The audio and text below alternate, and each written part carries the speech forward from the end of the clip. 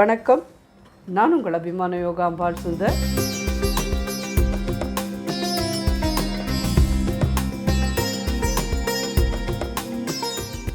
இன்றைக்கி நம்ம என்ன பார்க்க போகிறோம் அப்படின்னு சொன்னால், வீட்லேயே பாலை திரித்து பன்னீராக்கி அதில் பன்னீர் புர்ஜி பண்ணுறது எப்படின்னு சொல்லிட்டு பார்க்க போகிறோம். ஸோ வண்டர்ஃபுல் சைட் டிஷ் எப்படி பண்ணுறதுன்னு பார்க்கலாம்.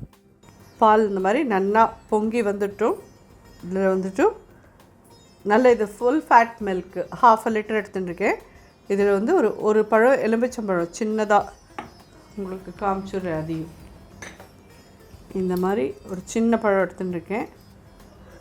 பால் பொங்கினதுக்கப்புறம் அடுப்பை அணைச்சிட்டு இந்த எலும்பிச்சம்பழத்தில் எந்த அளவுக்கு சாறு இருந்ததோ அதே அளவுக்கு தண்ணி விட்டு இதில் விட்டுருங்கோ.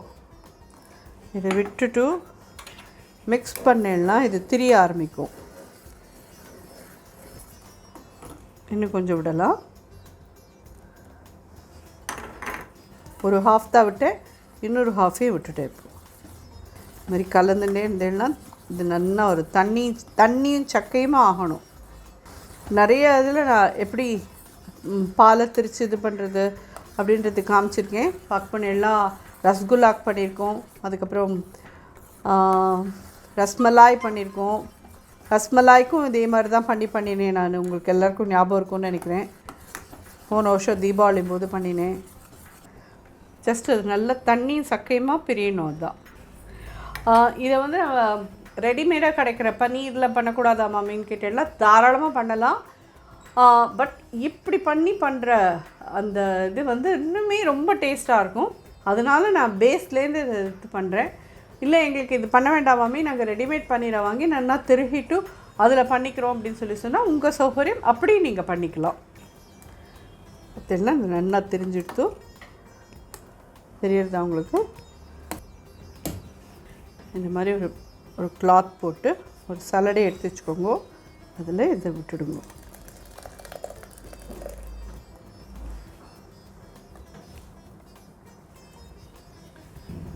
இதில் இருக்கிற இந்த எலும்பிச்சம்பழத்தோட இது போகணும். அதனால் ஒரு கப் கிட்ட நல்லா கோல்டு வாட்டர் விட்டு இதை நல்லா வாஷ் பண்ணிவிடுங்க.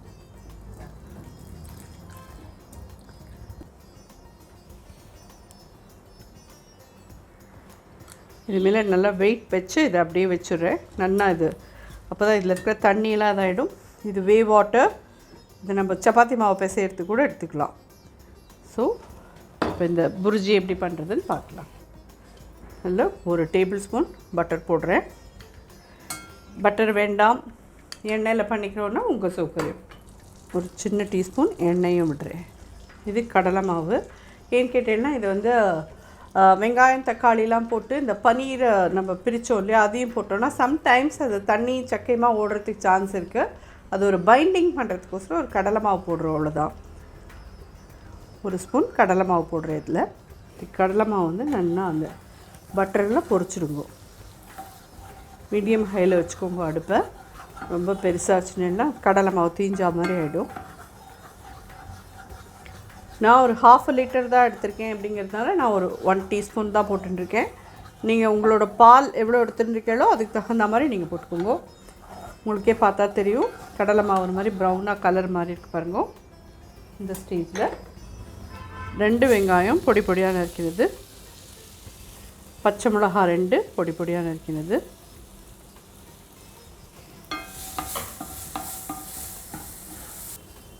இது நல்லா வதங்கணும். ஒரு சின்ன பீஸ் இஞ்சி திருகி போடுறதுல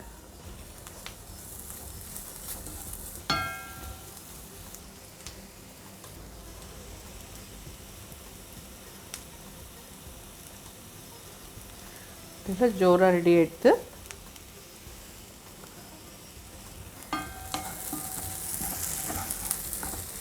வெங்காயமும் வதங்கிருக்கு.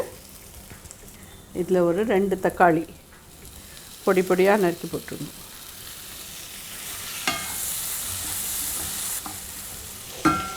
டிஷ்க்கு வேணுங்கிற உப்பு இதில் போட்டுடலாம். மஞ்சள் பொடி ஒரு 1/2 டீஸ்பூன், பச்சை மிளகா போட்டிருக்கோம். அதில் காரப்பொடி பார்த்து போட்டுக்கோங்க. ஒரு 1/2 டீஸ்பூன் போடுறேன்.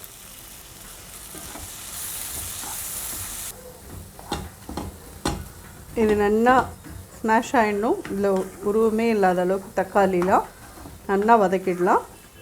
ஸோ இது நல்லா வதங்கிட்டு இதில் நம்ம இன்னும் ஒரு பொடி போடலை. தனியா பொடி ஒரு 1 டீஸ்பூன் போடுறேன். இதுக்கு ஒரு 1/2 கப் நல்லா கொதிக்கிற வெந்நீர் விடுங்கோ.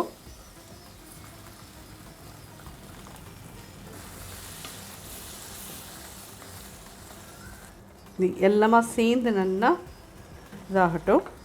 மூடி போட்டுடலாம். இந்த மசாலா, இந்த வெங்காயம், தக்காளி எல்லாமே சேர்ந்து இந்த வெந்நீரோடு இதாகி ஒரு 5 மினிட்ஸ் கொதிக்கட்டும். அதுக்கப்புறமா நம்ம பண்ணி வச்சுருக்க இந்த பன்னீரை போடலாம்.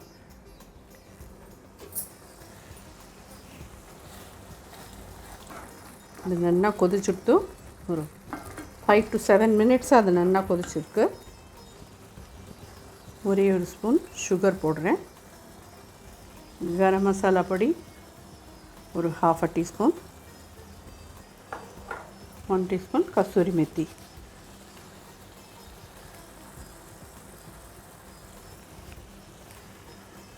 ஸோ இந்த பண்ணி வச்ச பன்னீரை இதில் போட்டுடலாம்.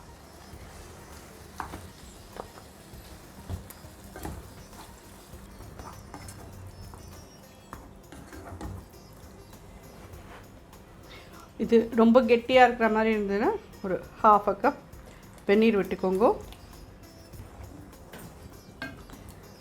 இது எல்லாமே சேர்ந்து இன்னும் ஒரு 2-3 மினிட்ஸ் கொதிக்கட்டும்.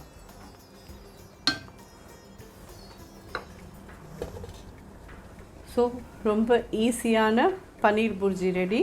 மேலே கொத்தமல்லி தூவி சர்வ் பண்ணோன்னா குழந்தைகளுக்கெல்லாம் அவ்வளோ பிடிக்கும். ரொம்ப ஒன்றும் காரம்லாம் இருக்கவே இருக்காது. இதில் ரொம்ப மைல்டு காரம்தான்.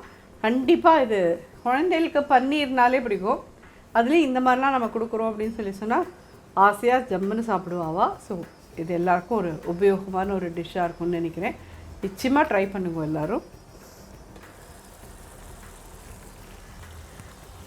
ஒரு 2-3 மினிட்ஸ் மூடினேன்னா இந்த மாதிரி மேலே நம்ம போட்ட பட்டர்லாம் மேலே வரும். இந்த ஸ்டேஜு இது சரியாக இருக்குது. கொத்தமல்லி போட்டோன்னா சரி.